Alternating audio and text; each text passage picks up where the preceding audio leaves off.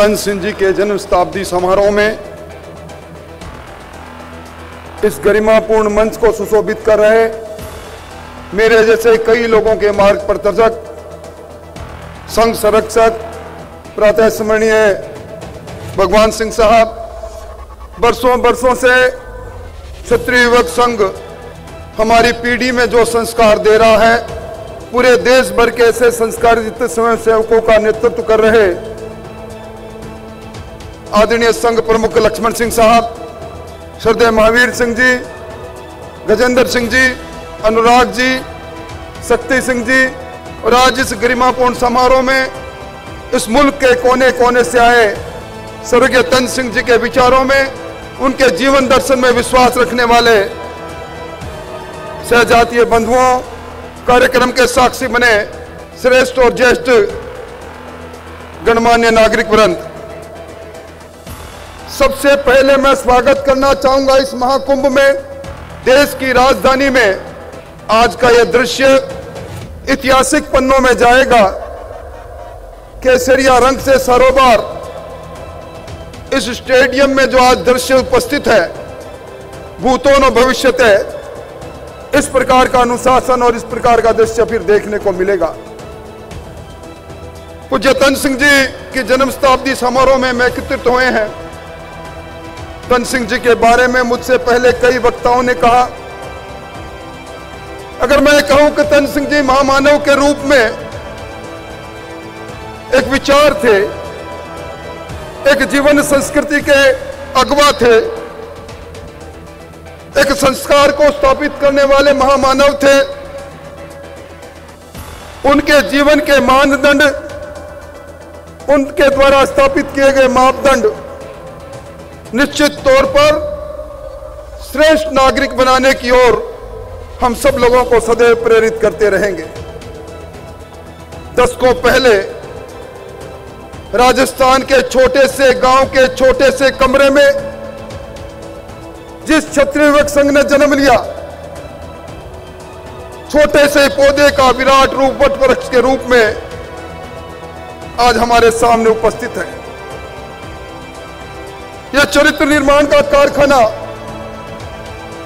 संस्कार निर्माण का कारखाना चरियते के सिद्धांत से लगातार चल रहा है।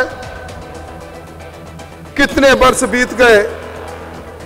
1956 में पूज्य तन सिंह जी की वो पुस्तक समाज का चरित्र क्या होना चाहिए आज भी समसामयिक है।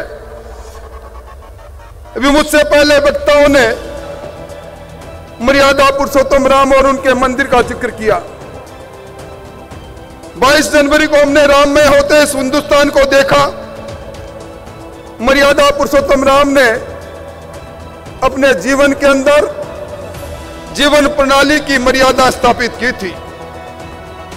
ठीक उसी रास्ते पर तन सिंह जी के द्वारा प्रारंभ किया गया ये क्षत्रिय युवक संघ उसी प्रकार जीवन की मर्यादाएं क्या हो, जीवन के संस्कार क्या हो, इस पर काम कर रहा है। मैं इस अवसर पर समागम में एक निवेदन जरूर करना चाहूंगा।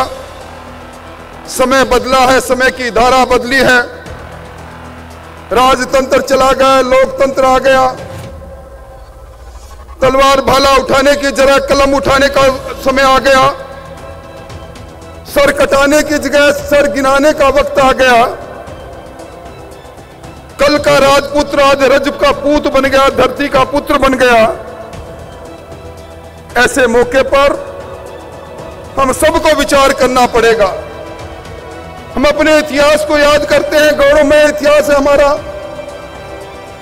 हमें गर्व है हमारे इतिहास पर, हमें उसी इतिहास की संतान है। पर एक इतिहास जो आजादी के अमृत महोत्सव में आज लिखा जा रहा है, हमारे कारनामों के कारण लिखा जा रहा है, हमारे कर्मों के कारण लिखा जा रहा है, वो इतिहास क्या होगा? हमारे वंशज क्या पढ़ेंगे? क्या सर्वाइवल फॉर फिटेस्ट के जमाने में हमें आज के युगानुकूल प्रतिस्पर्धा के इस समय में अपने आप को ढालना पड़ेगा? इस काम को निश्चित तौर पर देखना चाहिए। समय के थपेड़ों ने हमारे गढ़ किलों को खंडर में बदल दिया, तो क्या आज आवश्यकता नहीं, नव सर्जन की आवश्यकता नहीं? क्या नए सर्जन के साथ हम आगे नहीं बढ़ सकते? कर्नल जेम्स टॉड ने एक बात कही थी, निराशा के दौर में कोई भी सभ्यता अपने रीति रिवाज को कायम नहीं रख सकती। ये निराशा नहीं, हम आशा के दौर से गुजर रहे हैं। आज भी क्षत्रिय विवेक संघ के नेतृत्व में हम अपनी रीति को कायम कर सकते हैं, अपने रिवाजों को कायम कर सकते हैं, अपनी जीवन संस्कृति को कायम कर सकते हैं। निराशा को आशा में बदलने के लिए पुरुषार्थ हमें करना पड़ेगा। और स्वर्गीय आयुवान सिंह जी ने एक बार कहा, श्रमजीवी सभ्यताएं स्वयं सक्षम व ताकतवर बनती है। अब हम सब लोगों को सब क्षेत्र में श्रमजीवी बनना पड़ेगा, चाहे वो क्षेत्र राजनीति का हो, उद्योग का हो, नौकरी का हो। हमें एक बार फिर सरदार की भूमिका में, नेतृत्व करने वाले की भूमिका में आकर 36 कौम को साथ लेकर इस समाज और राष्ट्र के उत्थान की भावनाओं के साथ आगे बढ़ना पड़ेगा। मैं लंबी बात नहीं कहूंगा, परंतु एक बात कहकर अपनी बात को समाप्त करता हूं। हमारे पूर्वज जमीन के लिए लड़ते थे। राजस्थान ने हिंदुस्तान में कई जगह भूमियों के थान बने हुए, भूमियों के रूप में हम विख्यात हैं। हम जमीन के लिए लड़े और मिटे। आज हमारा नौजवान पुरखों की जमीन बेचने में देर नहीं लगाता। हम गांव छोड़ रहे हैं, शहर की तरफ जा रहे हैं, हम जड़ों से कट रहे हैं। इस बात पर भी निश्चित तौर पर हमें ध्यान देना पड़ेगा। सोशल मीडिया के इस जमाने में हमारे इतिहास को विकृत करने की कोशिश की जा रही है, परंतु हमें नहीं भूलना चाहिए, मेहरानगढ़ हो चाहे चित्तौड़गढ़ हो, चाहे हल्दी घाटी हो, वहां की दीवारें आज भी कहती है कि यहां साका हुआ था, यहां बलिदान हुआ था, यहां जोहर हुआ था। हमारे इतिहास को कोई मिटा पाए, यह संभव नहीं। मैं तो यही कहूंगा कि क्षत्रिय आज पूरे हिंदुस्तान के इकट्ठे हैं।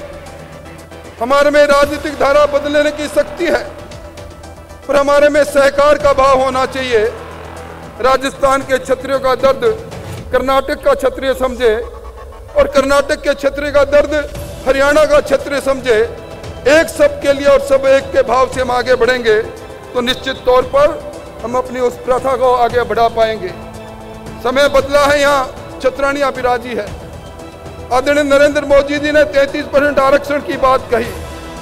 क्या घूंघट को छोड़कर शिक्षा के क्षेत्र में आगे बढ़कर इस प्रतिस्पर्धा में हमें नहीं आगे आना पड़ेगा? और आखिर में तो यही कहूंगा कि भीतड़ा तो रह जासी पर बातड़ा रह जासी, बातें हमारी रहे।